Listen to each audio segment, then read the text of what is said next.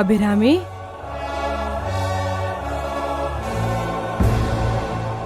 ನಾನು ಆದಿ ಹತ್ರ ಮಾತಾಡದ್ನಮ್ಮ.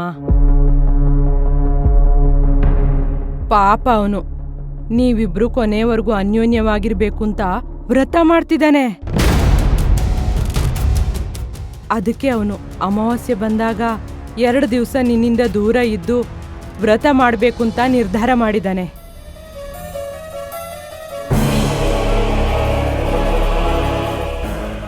ಅತ್ತೆ, ಈ ಕಾಗಕ್ಕ ಗುಬ್ಬಕ್ಕನ್ ಕತೆ ಯಾರತ್ರ ಹೇಳ್ತಾ ಇದ್ದೀರಾ?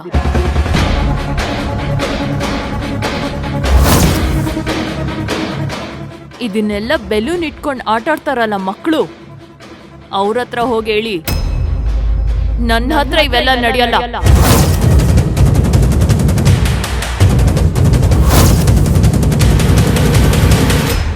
ಯಾಕಮ್ಮ, ಯಾಕೆ ಈ ತರ ಎಲ್ಲ ಮಾತಾಡ್ತಿದೀಯಾ?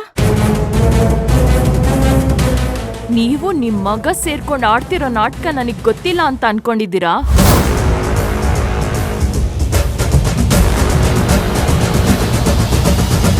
ನೀವಿಬ್ರು ಮಾತಾಡಿದ್ದನ್ನ ನಾನು ಕೇಳಿಸ್ಕೊಂಡೆ.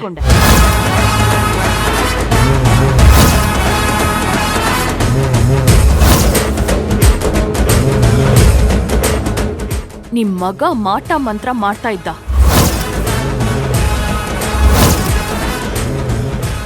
ಕಳ್ದೋದ ಶಕ್ತಿ ನಮ್ಮತ್ತೆ ಪಡ್ಕೊಳ್ಳೋದಿಕ್ಕೆ ಪೂಜೆ ಮಾಡ್ತಿದ್ದಾನೆ ಅಲ್ವಾ?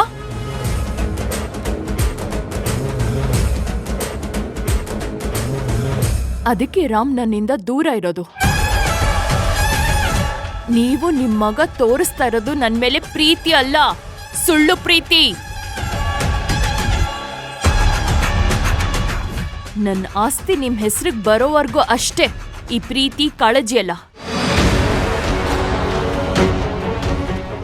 ಆಮೇಲೆ ನನ್ನ ಈ ಮನೆಯಿಂದ ಓಡಿಸಿದ್ಮೇಲೆ ಅಥವಾ ಈ ಪ್ರಪಂಚದಿಂದನೇ ಕಳ್ಸಿದ್ಮೇಲೆ ಈ ಮನೆಯಿಂದ ವಾಪಸ್ ಕಳ್ಸಿದ್ರಲ್ಲ ನಿಮ್ಮ ಅಣ್ಣನ ಮಗಳು, ಆ ಬಿಂದುನ ಕರ್ಕೊಂಡ್ ಬಂದು ರಾಮ್ಗೆ ಮದ್ವೆ ಮಾಡಿಸ್ಬೇಕು ಅನ್ನೋ ಪ್ಲಾನ್ ತಾನೇ ನಿಮ್ದು? ಹಾ, ನನ್ಗಿದೆಲ್ಲ ಗೊತ್ತಿಲ್ಲ ಅಂತ ಅನ್ಕೊಂಡಿದ್ದೀರಾ ಅತ್ತೆ?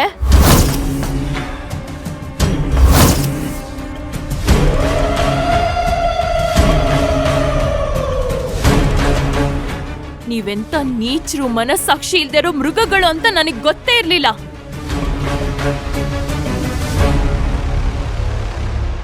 ಆದ್ರೆ ಈಗೆಲ್ಲ ಗೊತ್ತಾಗ್ತಾ ಇದೆ ನನ್ಗೆ.